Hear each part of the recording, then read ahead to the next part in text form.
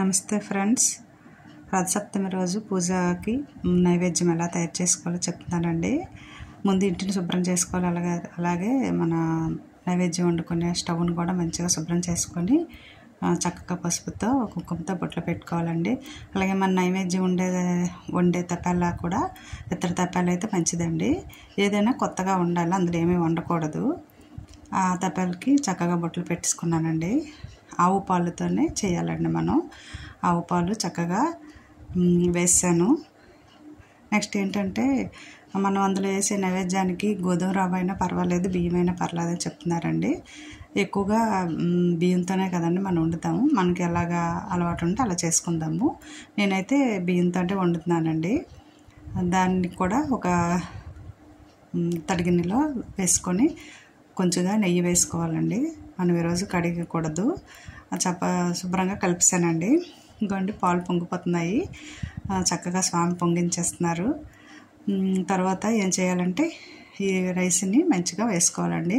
ముఖ్యంగా ఏంటంటే, ఇందులో జీడిపప్పులు అలా డ్రై ఫ్రూట్స్ ఏవి వేయొద్దండి. స్వామికి ఇలానే పెట్టాలి.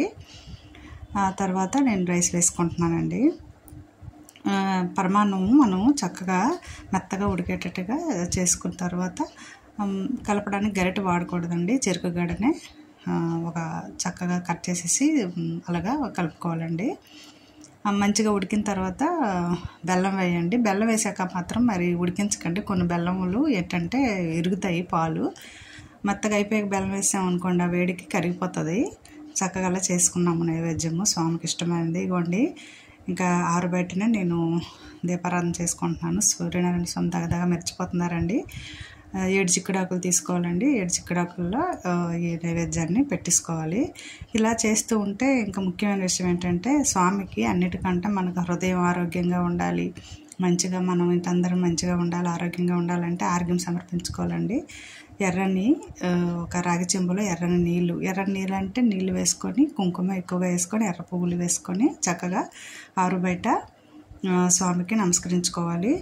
మనం ఎవరు తొక్కని ప్లేస్లో అయితే క్రిందన వేసి వచ్చండి. లేదంటే ప్లేట్లోని ఒక ఎత్తడిది పాత్ర పెట్టుకొని అలాగా ఒక 7 సార్లు ఇలాగ మనం పైకి లేపుతూ కిందకి ఇలాగ అనుకుంటూ వేసి మనం స్వామిని కరుణ కటాక్షాలు ఇవ్వమని కోరుకుందామండి. చక్కగా ఈరోజు స్వామిది ఏంటంటే రథసప్తమి పండుగ, అతను జయంతి అండి. స్వామి అత్యంత శక్తివంతుడిగా ఈరోజు మనకి కనిపిస్తారు. అలాగే కిరణాలు కూడా చాలా శక్తివంతంగా ఉంటాయండి. అలా నేను దీపారాధన చేసుకున్నానండి. చేసుకున్న తర్వాత మీకు తెలియచేస్తున్నాను.